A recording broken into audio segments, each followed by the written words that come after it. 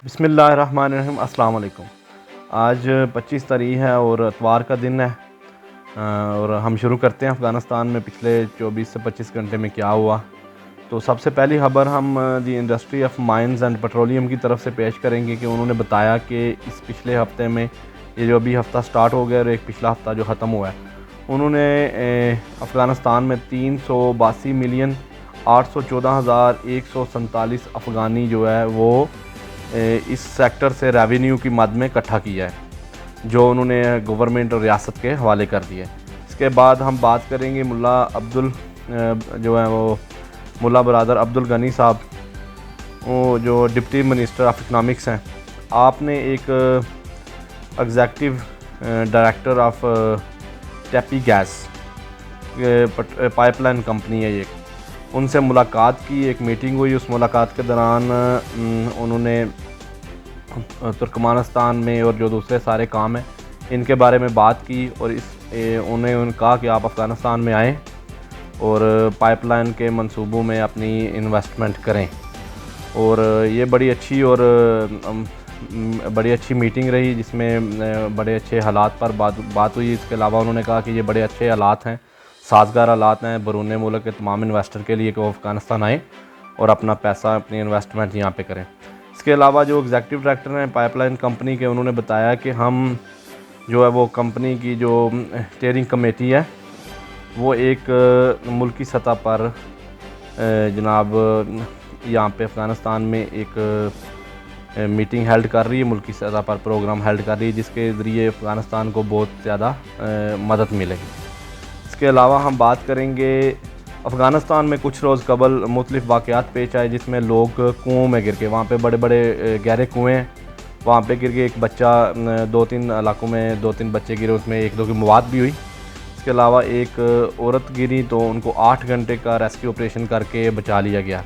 अभी जो उनके जो हैं वो वज़ीर दाखिला सराजुद्दीन हक्कानी साहब, उन्होंने कल जनाब तमाम इलाकों के governors, district governors, police chiefs और कमांडर्स को पूरे मुल्क में उन्होंने अहकामात जारी किए कि तमाम मुल्क के जो बड़े और गहरे कुएँ, तमाम उन गहरों कुओं को बंद किया जाए, उनकी निशानदेही की जाए। और इसके अलावा गवर्नमेंट, रियासत आपको फाइनेंशियली तौर पर सपोर्ट करेगी। अगर कोई अदारे खुद से नहीं कर सकते लेकिन उसकी असेसमेंट करें, निशानदेही करें और गवर्नमेंट आपकी मदद करेगी। अगर जो लोग इस अहकाम पे अमल नहीं करेंगे उन्हें कानूनी दायरे में लेके आएंगे। इसके अलावा हम बात करें असला कल्चर की। सूबा कुनार में उन्होंने जो है डिस्ट्रिक्ट के वो जो सूबा कुनार के पुलिस गवर्नर हैं, कारी ज़ियाउर रहमान साहब, उन्होंने बताया कि 307 छोटे बड़े हथियार कब्ज़े में लिए गए और वो क्लियरेंस कमीशन को जमा करवाए गए। ये कब्ज़े में लिए जाने वाले हथियार जो पिछले दिनों में रवां उनके हुकूमत के जो पिछली हुकूमतों से सिपाहियों से जंग सी लड़ाई चल रही थी, उसके दौरान उन सिपाहियों से लिए गए कब्ज़े में लिए गए ये वो हथियार हैं। तो ये तमाम जनाब क्लियरेंस कमीशन जो बना हुआ है वो तमाम असला क्लियरेंस उनको जमा करा दिए गए। इसके अलावा हम बात करें कि काबुल सिटी बैगर कमीशन की, उन्होंने अपनी रिपोर्ट में बताया कि 8,444 मांगने वालों को उन्होंने इकट्ठा किया, जिसमें 365 लोगों को रेड क्रिसेंट के हवाले कर दिया गया। ये एक हलाल मुस्लिम कम्युनिटी है जो मुख्तलिफ़ मुल्कों में अपनी खिदमत अंजाम दे रही हैं। इसके अलावा हम बात करेंगे मौलवी हबीबुल्लाह आगा साहब, जो कि एजुकेशन मिनिस्टर लगाए गए हैं और उन्होंने अपने काम का बाकायदा आगाज़ कर दिया है। और इनसे पहले इनकी जगह पे शेख मौलवी नूरुल्लाह मुनीर साहब थे और उनकी जगह पे इनको तैनात किया गया। और ये मुल्ला हैबतुल्लाह हमज़ादा जो कि अमीरुल मोमिनीन अफ़गानिस्तान है, उनके हुक्म से इन्हें लगाया गया। इसके अलावा हम बात करेंगे वहाँ पे मीडिया वायलेशन कमीशन बनाया गया है, जो कि मंडे से अपना काम स्टार्ट करेगा। Deputy minister of information and culture ने बताया कि ये थोड़ा सा डिले हो गया, इस पे हम बहुत पहले से काम शुरू कर रहे थे। मंडे को पहली मीटिंग होगी जिसमें तमाम जर्नलिस्ट इंट्रोडक्शन होगा और इसके अलावा उनके जो कमेटी है वो अपने काम का सारा तरीक़ाकार वज़ा करेगी اس وقت افغانستان میں صحافیوں کو بہت سارے مسائل ہیں اور بہت ساری رکاوٹیں پیش کی جا رہی ہیں مختلف قوتوں کی جانب سے.